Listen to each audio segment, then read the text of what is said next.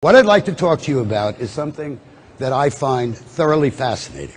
It is glutathione. It is one of the 4 endogenous antioxidants, and it is one that I must admit, despite 80,000 published articles in the English literature, through medical school, internship, residency, fellowship, and a fairly long time in academic medicine, I knew nothing about.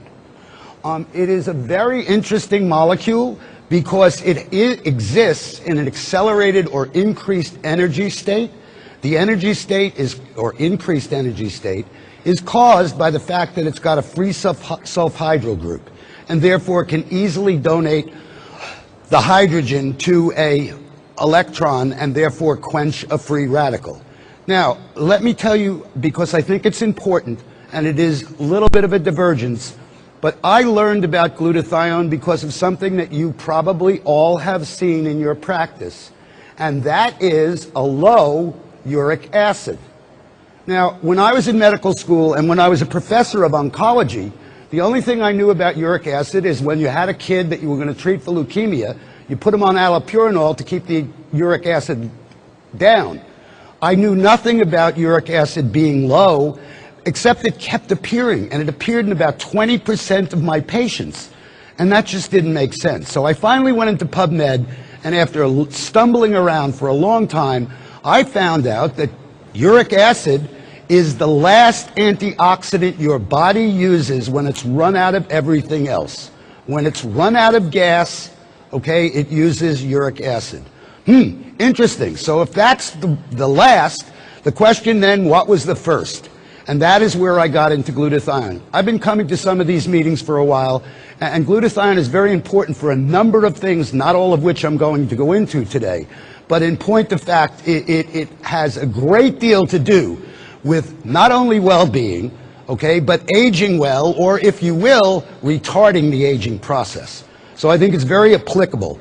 I'd like to, at the risk of repeating things that you already know, go over some of the things that glutathione is important about.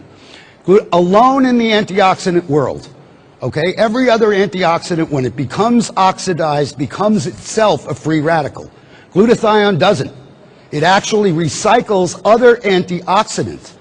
In fact, the body considers it so important that up to 6% of the entire ATP expenditure or energy expenditure of the body may be used to synthesize and optimize glutathione levels. That's pretty impressive, 6% of the entire energy output of the body. It is also the only non-enzyme antioxidant that doesn't become a free radical, and in fact has a very interesting corollary when it becomes oxidized, because what happens is it complexes to another spent glutathione molecule, and the compound then becomes GSSG, and GSSG has been shown in animal studies at least to promote and induce delta wave sleep. We all know the importance of that in terms of the aging process, so this, even in its used up form, functions as a very useful product.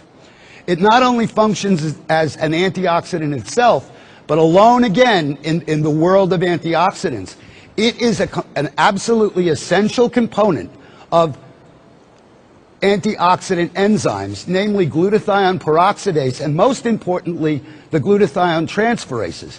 And I bring that up because glutathione transferase abnormalities have now been associated with virtually every cancer known to man, and probably with a lot more than that. And therefore, by promoting the production of glutathione transferases through improving glutathione, we may be doing even more than I'm able to talk about right now. In addition, if that were not enough, let's keep going. It's a chelator. In fact, it's 50% as effective as oral chelation in getting rid of mercury. It has an effect on other heavy metals, but they're not as pronounced as mercury, and mercury is pretty ubiquitous in an environment, so it kind of comes as a freebie. And it detoxifies organic pollutants, perhaps the best known one of which is the 2-carbon fragment that we know as alcohol. And in fact, without glutathione, you ultimately get a hangover because you stop the process at acetaldehyde, which is phase 1 detox, and that in itself is a free radical, and obviously many of us may have felt the effects of that if we didn't have enough glutathione.